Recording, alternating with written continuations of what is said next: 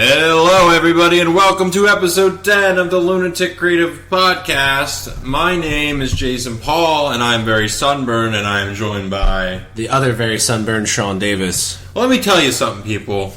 I go through this thing where I get sunburned about once a year, and I forget what happens when you get sunburned. And yesterday was that. It was too much time in the sun, even though it was overcast. And then, lo and behold, who knows how long this is going to take a toll. My week may be ruined. My legs are red. It's rough. But we're hammering out a podcast for you. It's been a while since we podcasted. But what we have been doing has been a lot of videos. Go to YouTube channel, search Lunatic Creative. You're going to see a crap ton of videos of what we've been doing. And also Periscope, which we are on now, live. Periscope Live hearts, interactive podcast. Cool. Got a heart from someone. Thank you. So I think we may start doing this on a more regular basis, the Periscoping. We've done all sorts of things on Periscope, though. Sean's done impressions. I've done stand-up. We've done video games. It's been literally everything. Sean, thanks for joining, Dylan. All right. Sean ate lunch. So we did a little bit of everything. So find us on Periscope now, and that's at Lunatic Creative, right? Yeah, it's I guess it links to the Twitter account. Same as our Twitter handle, so that's at Lunatic Creative.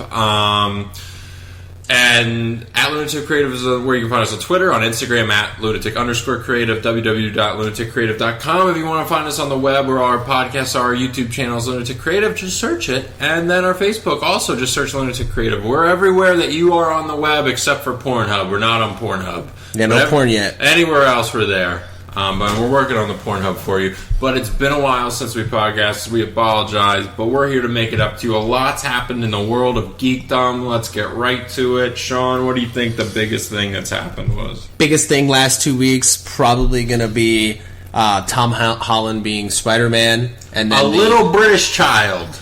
Yes. If you haven't seen the movie The Impossible, that's like his breakout movie. It's a little heartwarming movie about the tsunami that hits in Thailand. It's a good movie. I liked it. You said more about this movie than I think any the whole world combined, because you brought this up under three different circumstances. We were talking. What was it, Russell Crowe? No, it's got Ewan McGregor and Naomi Watts. Okay, Ewan McGregor. So little Star Obi-Wan Wars fame. Yeah, little Obi-Wan action. But that surprised. I mean, I've never heard of this kid. But when he was cast, what was cool? He looks the age a Spider-Man's supposed to be. He's 19. He looks like he could be 14.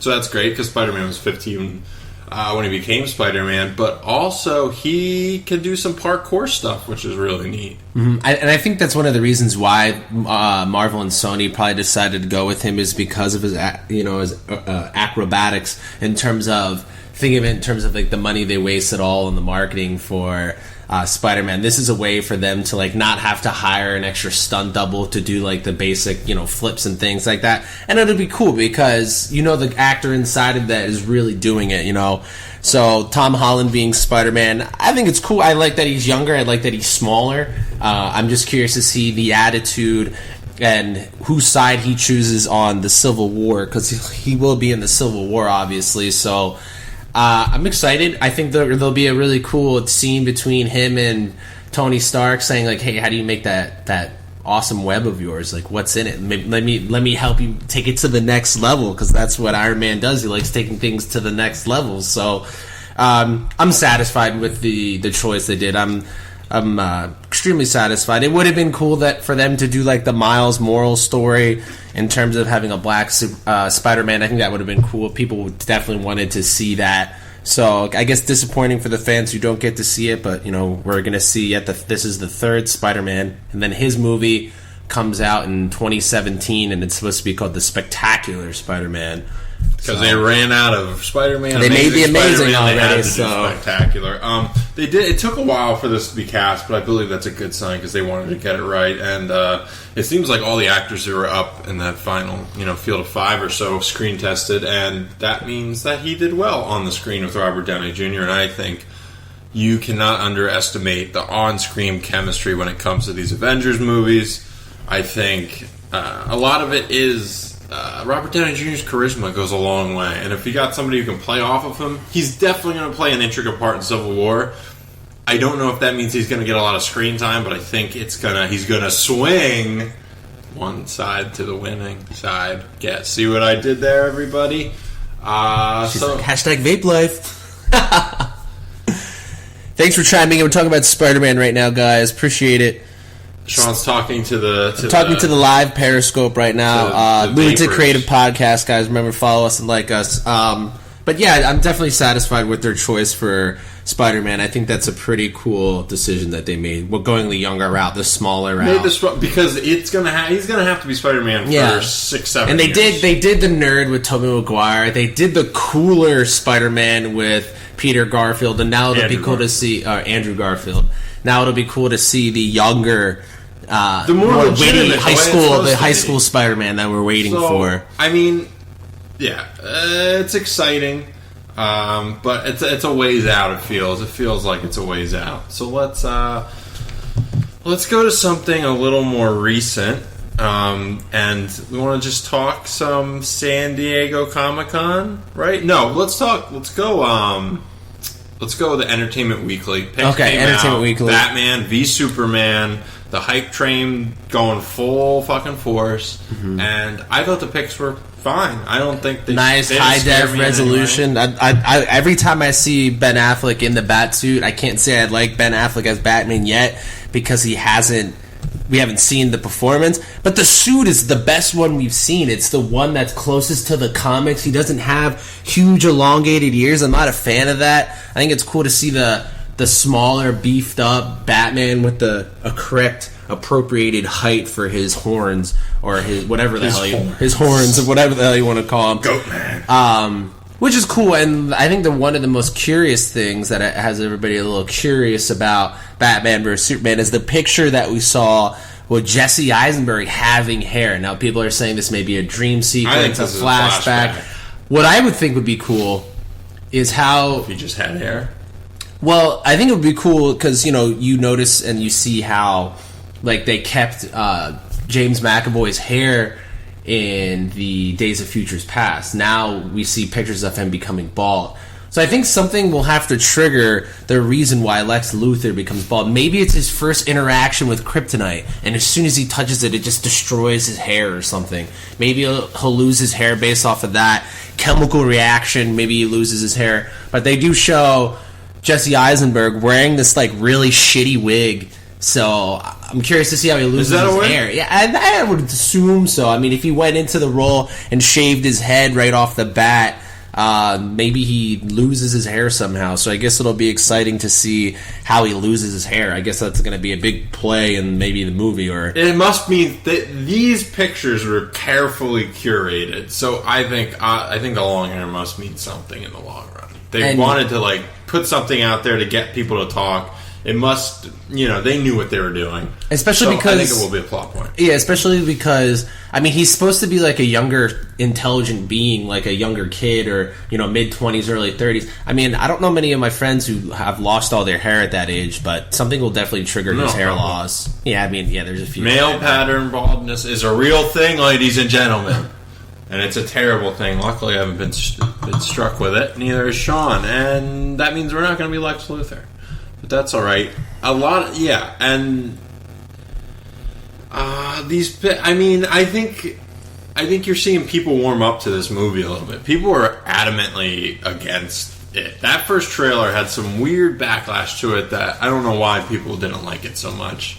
I don't think there's any logical reason other than it's just not a Marvel movie, and I think people are slowly getting on board. And by the time this movie comes out, I think people will be all in. And I think it's going to do well. Obviously not Marvel well, not what Star Wars is going to do, but it's going to do well in its own right. I know they asked... These actors are good actors. Yeah, for sure. And Jesse Eisenberg is... I know they asked... They did an interview with Ben Affleck in the comparison to the DC movies that we're supposed to see compared to the Marvel movies. And he said, the lines, the DC movies will be are going to be more realistic. Like the Marvel movies have like a funnier, grittier tone. But there's elements to both of them that will always be unrealistic. You can see a guy becoming, the fucking of course, right? You can definitely see a guy becoming, a Batman-esque figure, having to be able to, inherit all this money and become Batman, but Batman's the most realistic of any superhero. Of course, yeah. Period. Him and Iron Man, but Iron Man to make a suit so high tech before its time, that's where the faults come in. It kind of Iron Man, yeah. And Iron Man is basically a carbon copy of the Batman sort of thing. Only his job was more down the military. I'm a diehard Batman fan. Always be a diehard Batman was my first favorite superhero. And I think he was for a lot of us. Last favorite the animated series is what set it off, and the movies. But even so, it's more relatable. He doesn't have a superpower in the traditional sense of he got bitten by a radioactive bat. Yeah, right. He got bit by a radio. I mean, there is the Man-Bat with Kirk Lazarus becoming the Man-Bat. That's the closest you see to a mutant bat in Batman, which is cool. And the game he's in there, the new game, and he scares the shit out of you a couple times, which is kind of cool. I just completed the mission. Let's talk the new game then. We both bought Arkham Knight when it came out. We'll get to E3 talk, but this will be outside of E3 talk just because it's a current game. It had a lot of issues on the PC, so if you wanted to play on the PC, fuck you, I guess. You're not going to get to. They pulled all sales of that due to the shitty the way it ran graphically. But I think for a PS4 game, as an Xbox One game, it is truly a next-gen game. You can tell it was made with only these consoles in mind. The first thing you notice is the graphics are outstanding. Attention to detail is It's the same great gameplay from the previous 2 or 3 games in the series. If you count Arkham Origins in there or you don't. It's the same great gameplay, only with an added gameplay element of the Batmobile. Now, the Batmobile is where I think most of the controversy for this game has come from. For sure. I think it breaks up the monotony of just running around punching people. And it's a new mechanic, and it's not intuitive because it's not just a car. So when you want to hit left trigger to brake and it goes into battle mode, it's something you got to get used to. But I think it almost represents the Batmobile as well as it could because it isn't just a car and it can do so much other cool stuff. You use it a lot in the missions and to get the riddles from the Riddler. So you do end up using the Batmobile a lot. And if you do buy the regular Batman case, you should get the DLC for the skin for the one with Adam West, and I just put that on the other night, and it looks pretty badass. I mean, it's all black and it's outlined in red and has a little old school Adam West logo on it, which is really cool. I mean, it was a little nostalgic thing right there, but I mean, obviously the Batmobile. I think it'd be cool if the skins they created would be the actual Batmobile. You could get the one from the animated movie, you could get the one from the Tim Burton, and actually drive around in that. And those have different functions, though. I can see why. I can definitely see it working for the Tim Burton one because even puts the shields on it the one time. It's shields, and it covers over. I mean, you could see that Batmobile particularly turning into a tank because it has tank features to it. The front of it has the little headpiece with the little cannon in it, and then the booster in the back. So there's elements to it, and I think that Batmobile and the new Batmobile we see is a combination of the Tim Burton one and the Tumbler, and I think that's what the new Batmobile looks like in the Batman vs Superman movie, and you get a similar rendition of it in the Batman Arkham Knight game, which is kind of cool. So, did you think the Batmobile overall is a positive in the game? I think it's cool. It definitely adds another element to the game. It takes a while to get used to, for sure. So, but you shouldn't let it. I feel like people in games now get immediately turned off by something and go against it. And I told somebody I work with, I'm like, you're not going to like it right away, but stick with it. And I don't think it's a bad thing just because you don't like something right away. And I do think it can be fun. It's there's a learning curve, but it's rewarding too when you finally use it right and you start taking out drones it's cool, like the Batman would. It's really it is a and cool you upgrade, and it's cool because you get upgrades for the Batmobile. It changes the gameplay a little bit. You can hack them, the devices. You get a little sonic pulse thing. It's pretty neat, and with some of the Riddler challenges, you have to use the Batmobile. So I mean, it's just adding another element to the game that we love so much, which is cool because it just takes it to the next level. And what is Batman without the Batmobile? I mean, it would be cool to see Batman getting the Batwing in the new game, or maybe the Bat Sub. But I mean, you fly so fast when you eject out of that Batmobile in Arkham Knight, it's ridiculous. It's okay, I can either drive there, it's going to take me 1,196 steps or whatever, or I could just fly there and cut the time in half so you can literally shoot right out and then just go right there, which is kind of cool. And that's one of the things that and no I enjoy spoilers about it. But what you're farther along in the game than me. How do you 1 to 10? What do you rate the storyline? The storyline, I'd probably rate 9.5, 9.8. I mean, I'd have to be pretty. It's a good. From what I've played, it's good. Like it's as good as any movie. It has. There's twists and turns. I think a lot of the original writing from the Batman animated series was really phenomenal. So I feel like this is almost like an episode of that. Well, there's elements in it. The first 2 games were written by Paul Dini, the guy who created that animated series and wrote. But this one isn't. But I think there was enough to go off of. There's enough of the lore of the old games. They do reference the old games, which is great.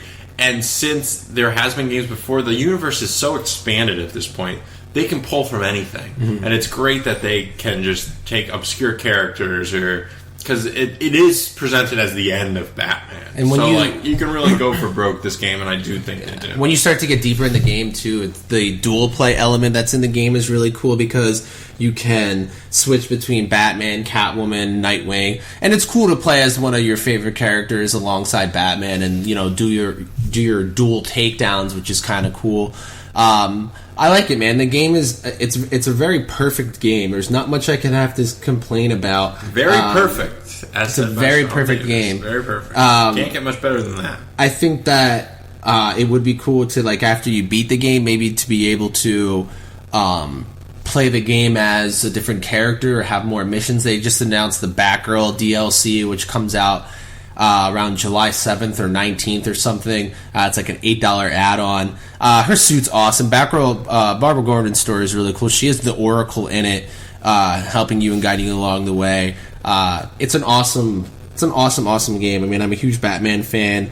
I know this may be Rocksteady's last take on Batman, and that you may see them do like a Superman game next, because there's a lot of Easter eggs to like LexCorp and Lex Luthor being. There was references, and there was a rumor, a screenshot on Twitter today from supposedly a Superman game, and with like a character description page of Superman.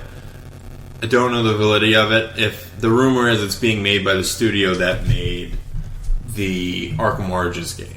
Origins. So that's not as good, but use the same base mechanics. And I could see Rocksteady being like, we already did the superhero thing. Like, we're not going to be able to do Superman better than we do Batman. Batman's much cooler for a video. The only Superman Superman game, like, he's so powerful.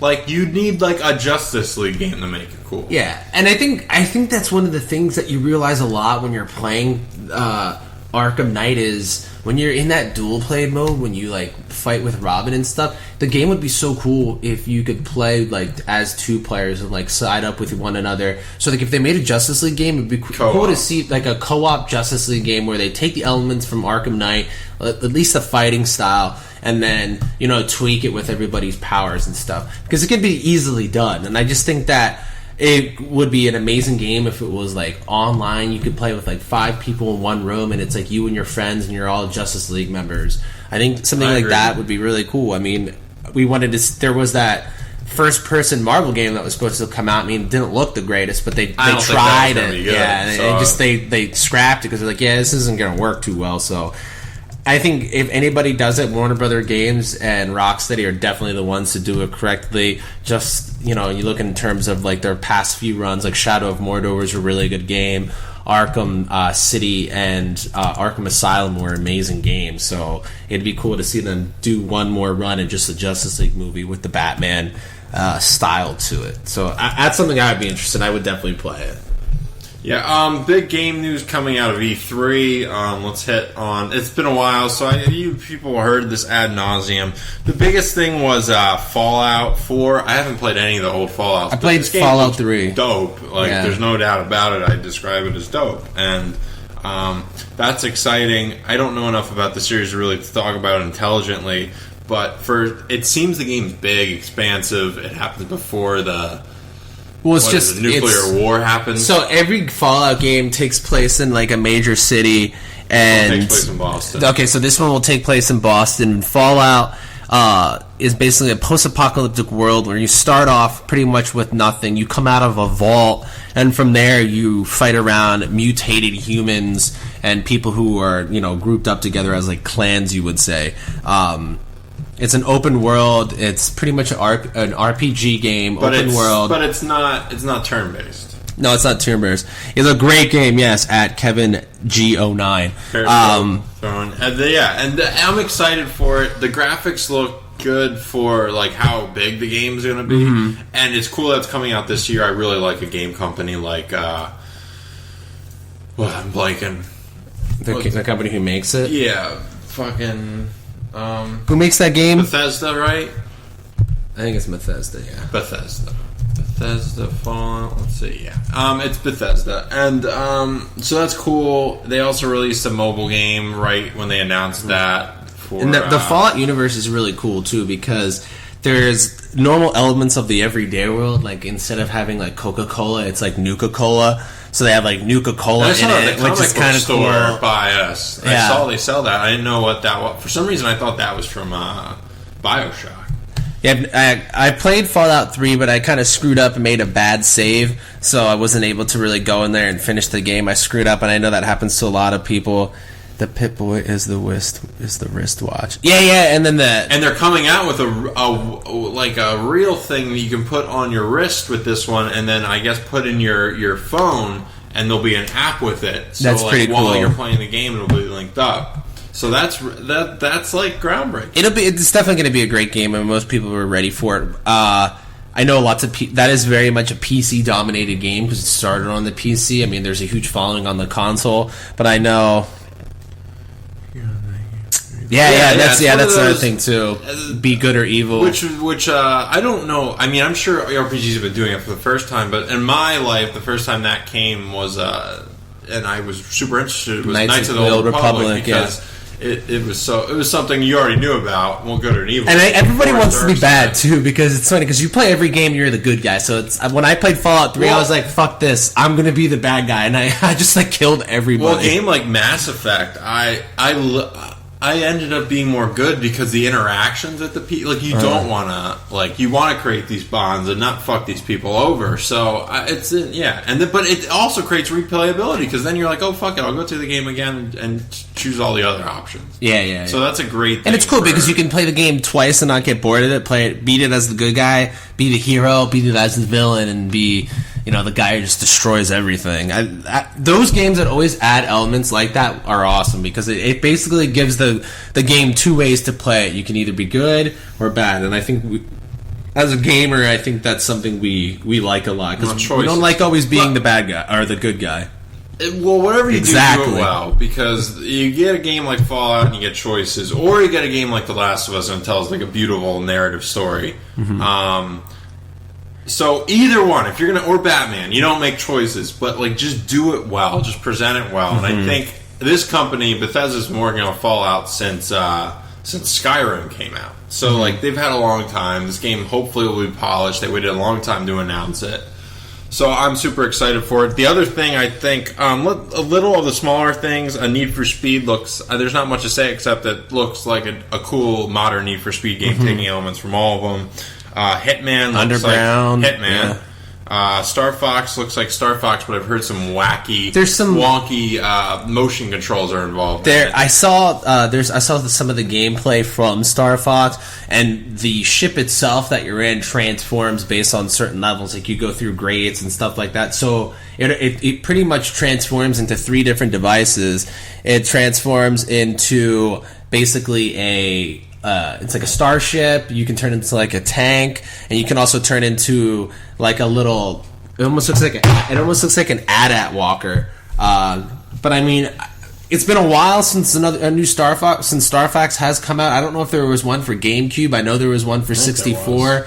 But in terms of them making a successful StarCraft, I mean, this is their chance to do it because Nintendo's fallen off real big. And this is the end of the run for the Wii U. The Star Fox game, and then Zelda, and then it looks like, and there's even rumors that Zelda, or I should say, speculation that what they may do, like the last Zelda game on the Wii, they might make it for the Wii, or on the GameCube, make it on the GameCube and the Wii. So they might make this on the Wii U and the new system, because it's definitely, all signs are pointing to a new system 2017 for for Nintendo. So this is sort of. And I know they're starting to get really big into mobile gaming. I know that's one of the things that they're trying to focus on is mobile gaming. Because I mean, how many people love the Game Boy? Mario's everybody loves perfect the Game Boy. for the phone, but they do. A DS is still selling well. Don't want to they're an interesting situation, and they're so unique, and they have their own culture, and they are foreign, so we can't necessarily get into Japanese companies and business culture is radically different than here in the States. So their thought process with how they come to these conclusions changes from us. So it's going to be tough to predict, but they should go more in mobile. If I want to play Mario on my phone, I should be able to. As long as they can ensure the quality, because why couldn't they? Because there's emulators that do it well. Mm-hmm. Just give me an experience closer to that, or it's something that hooks on my phone. I can have an old school NES controller. Yeah, do something out of the box, get people excited. But that new console's coming. Other things from E3, Rainbow Six looks cool. The Division looks good. Hopefully, it comes out soon. Kingdom Hearts 3, there was just a trailer. That won't be for a couple years, so don't get excited about that yet, folks. I heard it was supposed to come out this year. No, it's probably not even next year. They've only showed a trailer. One of the things that I think that is cool with these newer these next gen system is that they're kind of pulling you away from the original core first person shooter games, which is kind of cool because you can only take so much Halo and take so much. Well, the last generation was defined, especially the end of the generation was Call of Duty, Halo. And it's good that games like The Last of Us came and Uncharted, and the other cool game from E3 is Uncharted. Uncharted looked great, the demo looked great, and they showed a lot. Honda dealer's talking to me. And Uncharted looked great, and they showed 15 minutes of gameplay. And that's another game where it's just a narrative, but it's done really well. So yeah, I'm excited that first-person shooters aren't as... We'll get more details on Kingdom Hearts in November, so maybe holiday of 2016 you'll see that's probably the best-case scenario. But they're working on it. They showed the Final Fantasy VII remake. Not up my alley, but probably some people will go apeshit crazy for it because Final Fantasy. There's a video reaction for people who, and some of the people that are crying. It's heartwarming and cool because it's how a game can impact your life. So many people, and when you really think of Final Fantasy VII, Cloud really defines that entire world. People, if you play Final Fantasy and say, oh, who's your favorite character? Most people will say Cloud from 7. Mine was the Mage from 9. But in terms of making a remake, I think that's something cool that we want to see maybe. I was thinking the other day, too, it would be cool for them to make an entire HD collection of just the Batman games again for the next gens, just because this one's doing so. I was I should make it again. That's I don't a bit feel of money grab. I want to go back and get an Xbox and play them, but maybe we'll see a master collection, which could be something that I think people. And then the biggest thing from E3, in our world anyway, Star Wars Battlefront looks like we expected it to look. Hopefully, it plays like we expected it to play.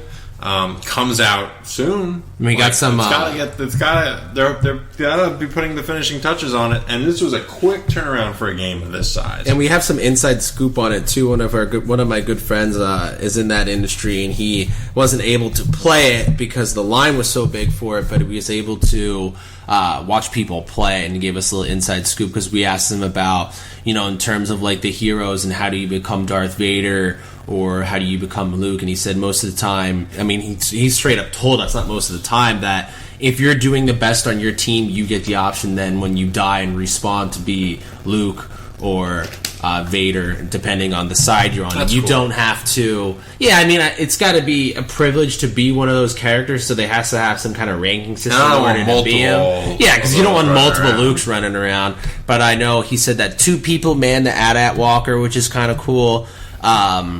And then one person's in the snow speeder, which is kind of weird because it's ran by 2 in the movie. A guy in the back who shoots the little bolt-on action hook, so you can take down the AT-ATs.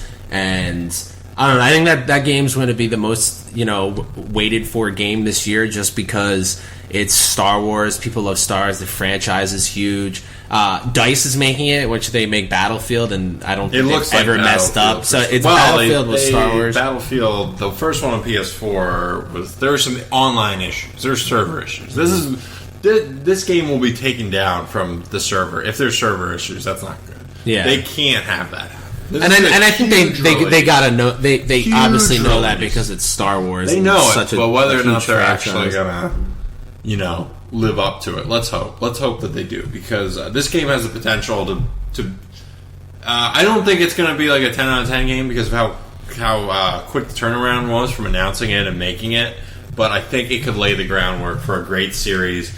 And then there's also the chick who left Naughty Dog. I think she wrote the first 2 Uncharted games. She's working on a solo game, Star Wars game, like a single player. Yeah, I think I saw something about that the other day. That is what to be excited about. This is going to be a fun multiplayer game, but there's so much room for so it's kind of cool because if you don't like different characters within the Star Wars universe, that like an Uncharted type game for it would be. And it's cool because not everybody likes playing multiplayer dominated games. People like to enjoy the stories and the individual. Or if your internet's gameplay. shitty and it's like, or you're just bad at it because there's so many 14-year-olds with amazing trigger precision. The bastards, performance-enhancing drug with and then all they get those modded controllers too, and it's like, there's no way he can reload that fast. That's bullshit. I think there's less modded controllers this day. Yeah, I mean, back in the day, I never used one. I remember them though. And be like, you gotta get a modded controller. I'm like, why the hell would I do that? That's just cheating. That's cheating. No, it's not. It's a mod. It's different. Well, you're tweaking something about the game to give you a benefit over everybody else. It sounds like cheating. So I never got into modded controllers. Very least, it's a gray area, folks. So don't be using modded controllers. All right, swinging along like Spidey the Man. Let's go to some trailers that came out before we finish on Comic-Con. Creed trailer. Awesome. Being from the Philadelphia area and living in Philadelphia for so long, it was amazing to see. It looked like Philadelphia more than lots of the other ones. More specifically, South Philadelphia. Like it looked like Philly today, day and age, and that really got me pumped because it had the feel, the ambiance correct. Especially the end of the trailer where the bikes are coming up behind them and ATVs. And I don't know if people around the world don't know this or not, but Philadelphia. I think Baltimore has a culture too. There's a huge dirt bike culture. Nah, they just ride dirt bikes kids as regular, and it's incredibly dangerous and I think horrible. But at the same time, it's such an ingrained part of this culture now in Philadelphia that I'm so happy the movie does. It's like, what crew you roll with, the 4-wheelers or the dirt bikes, dog? And it's crazy. You see kids like 14-year-olds getting on fucking dirt bikes and wheeling down the street, a crowded city street. I mean, it's funny too because when you see like the younger kids on the bicycles down in Philly, like near like Temple Campus and like northern Philly, I'm sure you see it in South Philly. You'll see kids like riding a wheelie for like 10 blocks, like no problem. They're like, "What's up, yo? Like this is my block, my wheelie." It's nuts, and I'm so happy it captured that part of Philly. But the actual movie part, Michael B. Jordan's a great actor. Yeah, it looks good. I think it looks cool. It's another. It's not take like on the universe of Rocky because there's not just one box. And I thought when it was first announced, I thought this was just going to be a cash grab and like not like well thought out. But this seems like it is. It has a potential to be a really good like screenplay and script. I think. This could tell a really good story because it's not like Michael B. Jordan. You could tell he never really knew his dad. His dad died in the ring.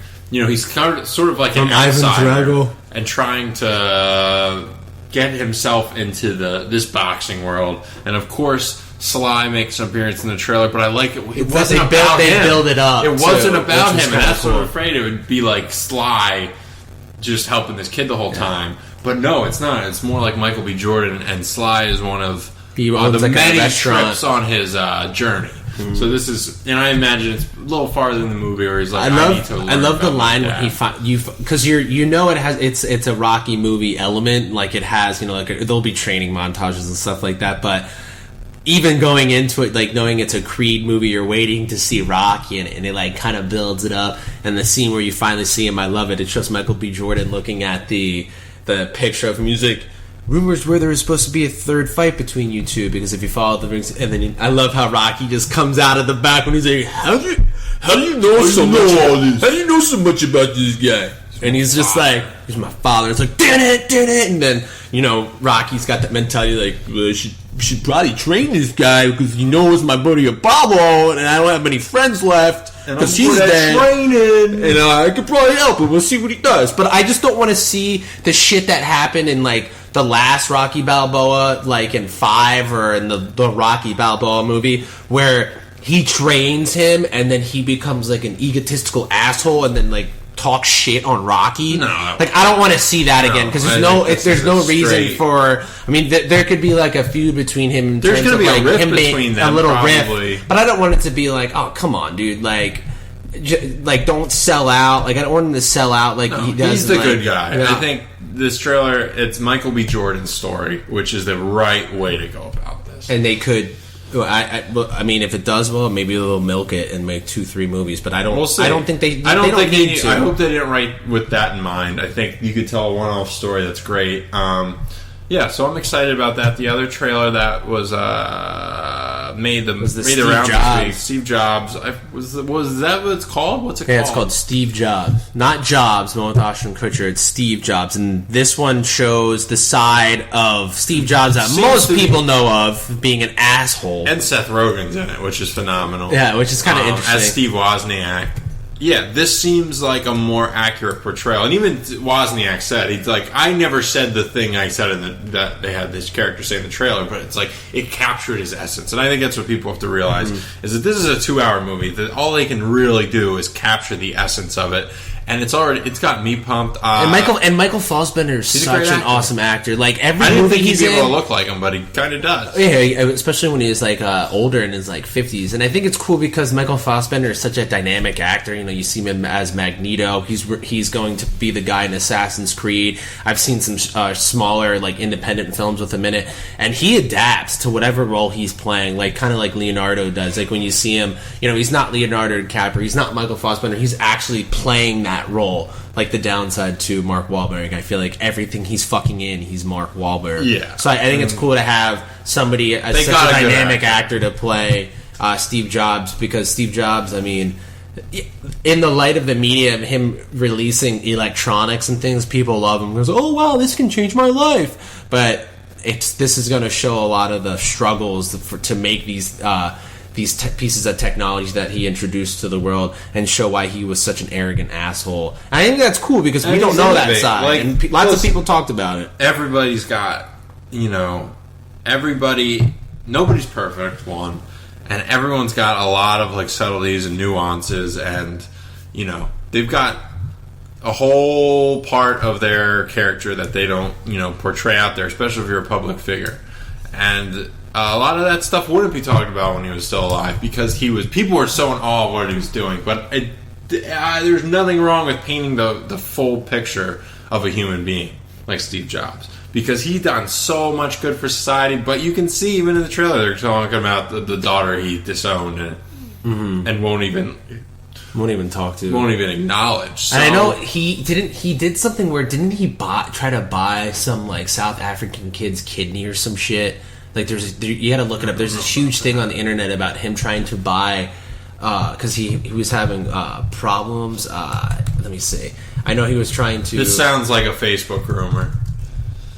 No, this was true. How do you know? You didn't even Google it yet. This was true. Yeah, Steve Jobs' money buy him a faster liver transplant. He tried to get this liver transplant, and this is on CNN. Co-founder underwent live transplant 2 months ago. One detailed Jobs transplant seemed out. The surgery took place at a hospital in Tennessee, some 2,000 mile wide from Jobs' house in Northern California. Why Tennessee? Blah, blah, blah, blah, blah. I know there was this huge debacle with this liver transplant. He tried to buy. I'm sure it was really weird, and I think that's what set the tone of be like, man, Steve Jobs is a dick. He's a weird guy. He's probably a little bit of a dick, but you know what? I'd say most successful people are a little bit of a dick, because you don't really get to push people. Left to their own devices, the majority of people would, rest on their laurels, go to job 9 to 5, and go home and be happy with what they did. But he was an innovator, and that can take a toll on the other parts of your life that aren't just the creative or business side. So yeah, there's so much to explore. It was written by Aaron Sorkin, so it's going to have that Sorkin dialogue. It's certainly going to have it's going to have, I think, probably a very prominent theme about, leadership and sacrifice and the duality of being a person, trying to innovate and getting creative things to the forefront, but also keeping some integrity and morality and things like that. So I think there's a lot to explore with this movie. The trailer did a great job. The trailer when's it coming out? I don't know. The trailer that I didn't see though was Snowden, which is the Oliver Stone movie about the CIA. Nothing happened in the trailer. Okay. It was just. I don't even know if there was... October 9th, 2015 is Steve Jobs. Oh, wow. That's cool. Great. And I didn't watch the Snowden trailer with Joseph Gordon-Levitt. You don't see anybody do anything. It's just a teaser. But I'm excited for that because I'm a big Joseph Gordon-Levitt fan. I'm a big Oliver Stone fan. I'm a big Edward Snowden fan. Oliver Stone, I think, is one of the best... one of the biopic directors. And he churns The Doors. I thought that was a cool movie. Yeah. The W came out when Bush was still in office. Like, he churns these out quick. He doesn't, really wait for history to decide. Natural Born Killers, Born on the 4th of July, JFK, Platoon. I mean, he knows how to make war movies. He knows how to make movies about psycho killers. I think anything he touches normally is an okay movie. I don't think he's ever made like a shit movie, really. But I mean, he does so much, and it's so relevant to our times. I like that he, pushes these out quick, and it's cool because he's taking elements from movies that he's successful with. Like, it's going to have like a biographical element to it, but also this war element to it. And he's done both types of movies, so it'll be cool. I think Joseph Gordon-Levitt's a great actor, so. Shout out to him. I mean, he's doing something. Shout out JGL. How you doing? I loved you and Don John. I loved you in Third Rock from the Sun. Yeah, he's awesome. But my favorite Oliver Stone movie, of course, has to be Any Given Sunday. Mm-hmm. Can't beat steaming Willie beaming. He get the ladies creaming. You think you can defeat me? You're dreaming. What a great movie. Maybe we should watch that today. That movie is phenomenal. It's a cool movie. Cameron Diaz. That's probably the last hot movie she Pacino pulled it in like a Pacino performance. You got Jamie Foxx. You got some real football players in there too. LL Cool J was in that. You got a great soundtrack.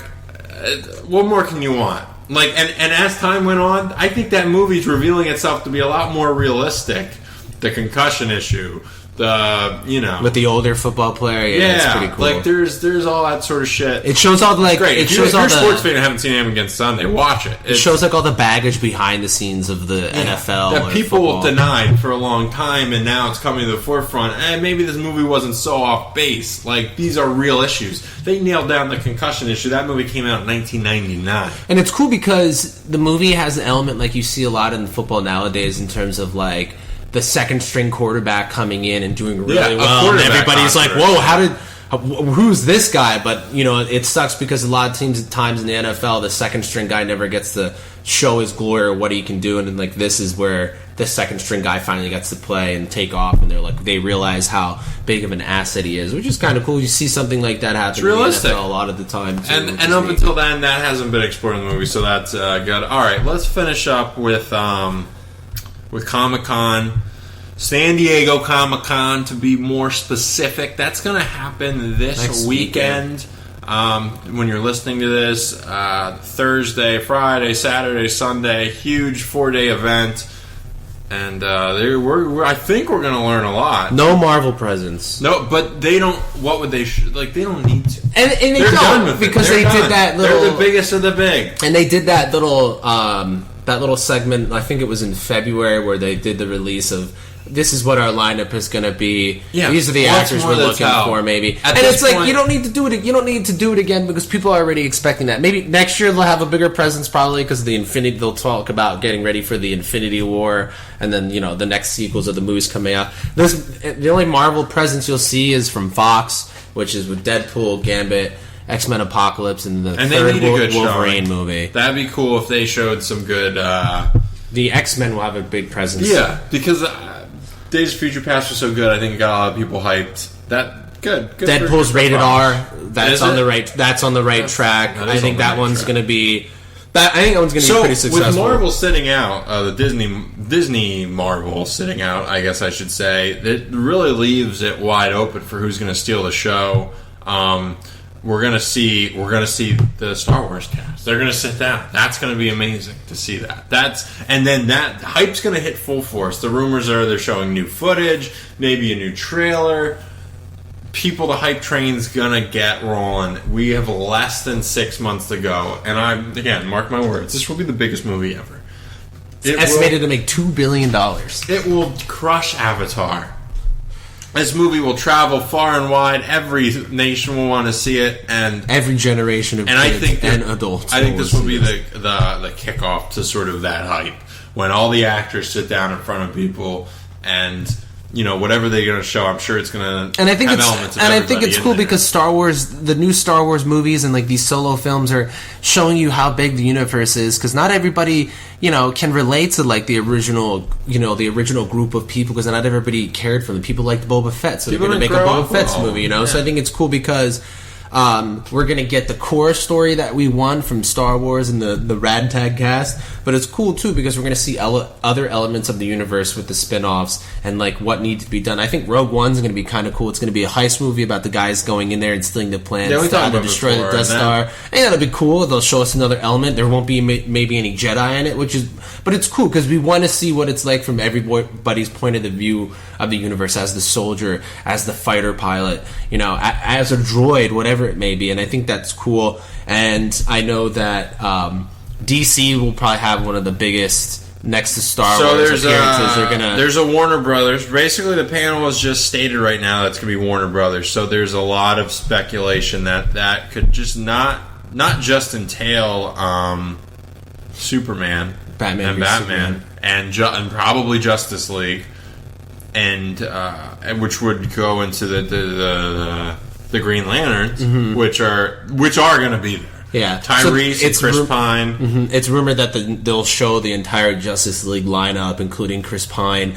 Don't know what Green Lantern he is yet. I'm hoping for the Guy Gardner Green Lantern because we already saw the Hal Jordan one with Ryan. Unfortunately, the movie was horrible, but they could just do it. Yeah, again. I think it's gonna be funny to see Tyrese because you always see him in this like witty, smart ass kind of role. So I think it'd be funny like they did that SNL spoof of the act of him playing Flowers from Bambi, and I think it'd be funny. It's like, you can see like one of the lanterns handing over Tyrese one of the rings. He's like, "I'm a Green Lantern, baby! Woo!" You know what I mean? It's like, okay, because Common for the longest time was rumored to play Jon Stewart, so it'll be kind of funny to see Tyrese play a Green Lantern, see him play more of a serious role, one of the defenders of the universe. I think he can do it. I don't think you're giving him enough credit. So because he is funny in Fast and the Furious doesn't mean he has to be. So we're going to see two Green Lanterns. One will probably be, he's either going to be Hal Jordan or Guy Gardner. I'm going to assume Guy Gardner.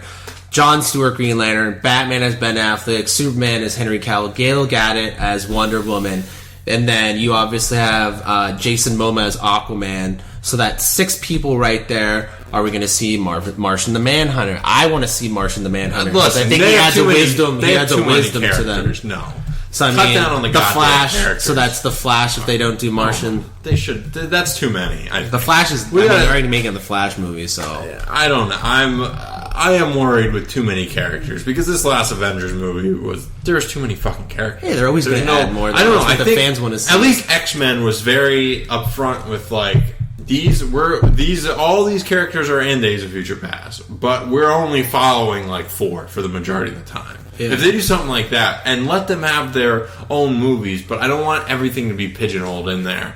Especially when you have people as long as it's done right, and Henry Cavill and Wonder Woman who can just have the screen themselves and don't necessarily need, and villains who need to be.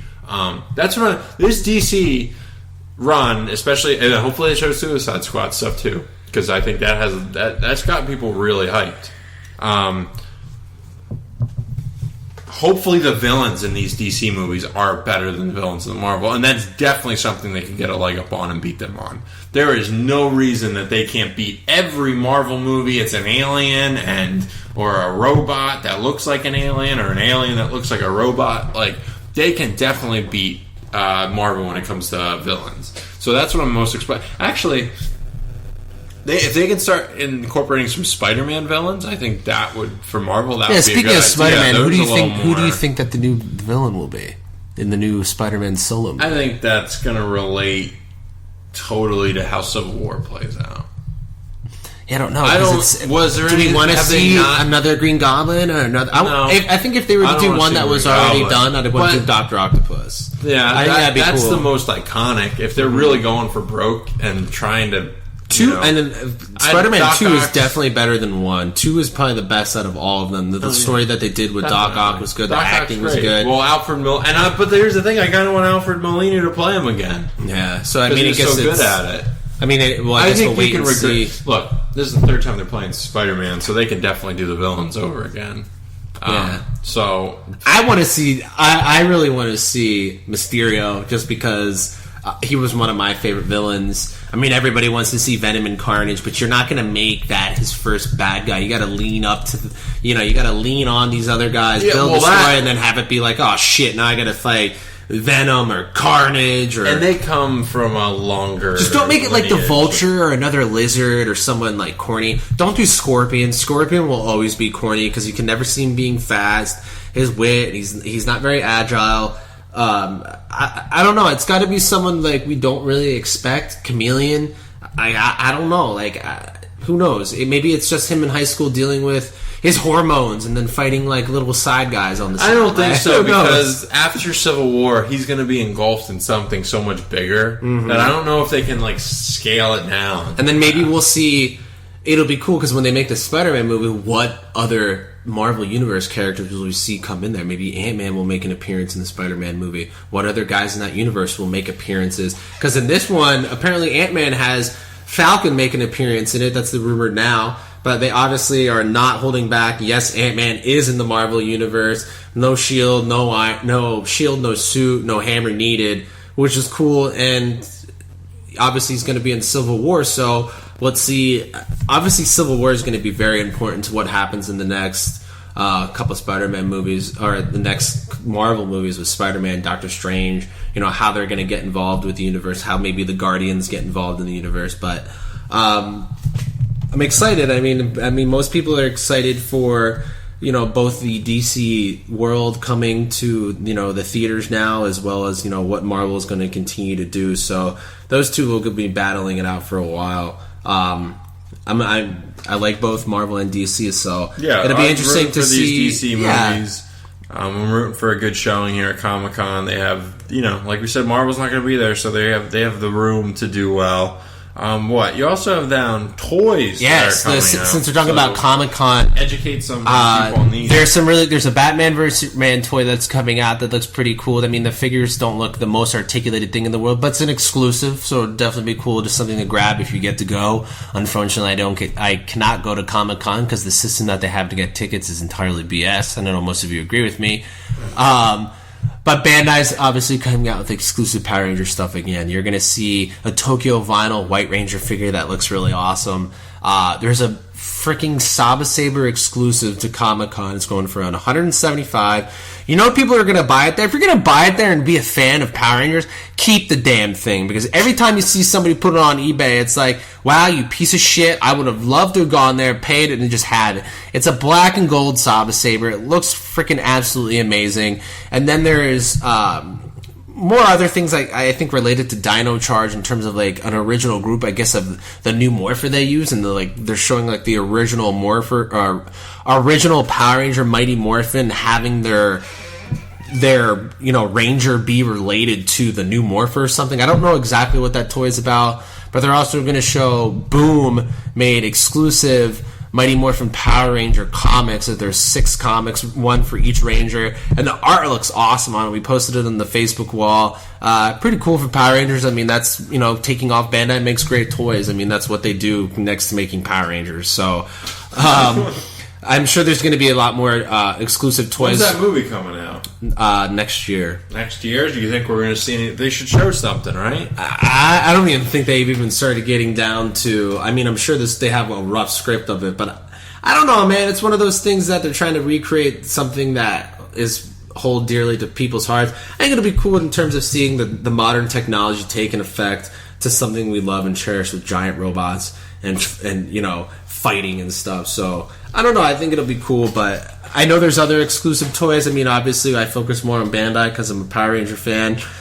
They showed a Lego set coming out for the Batman movie, which is basically just the Ben Affleck Batman with the new Batmobile, which is cool. It's supposed to run like retail of $30. You can maybe be able to pick it up early there. It's not the biggest Batmobile, but they're going to make another one and have like a real big full sets. Yeah, it'll have like 1,000-piece Batmobile set, I'm sure, and I'm sure that DC lineup of Legos will be pretty interesting too when they come out with those Batman vs Superman movies. They're gonna have Legos that will go next to the movies. Oh, they and need stuff. to. Yeah, because they make great Legos. Hopefully the toy game's on point, because when I still want to see the that Jurassic Park original entrance for the Lego to come out, and that's been rumored for the longest time. It's weird that...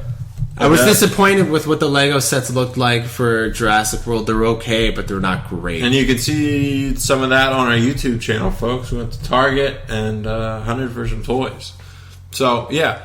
That's Comic-Con is stacked, and there's always surprises. So we touched on all we could, but there's going to be something that pops out of there that gets people's attentions. At least if these studios are smart, and we'll try to post. If you're going, have fun. We'll post updates on our Facebook throughout. The rumors we hear this week about it, we'll probably post that like, they're going to make an appearance, so this toy is going to come out. We'll probably post some things for the things that get released online to the Facebook, obviously, and then next podcast, I guess we'll talk about what hit, what missed, things like that on the next podcast for Comic-Con.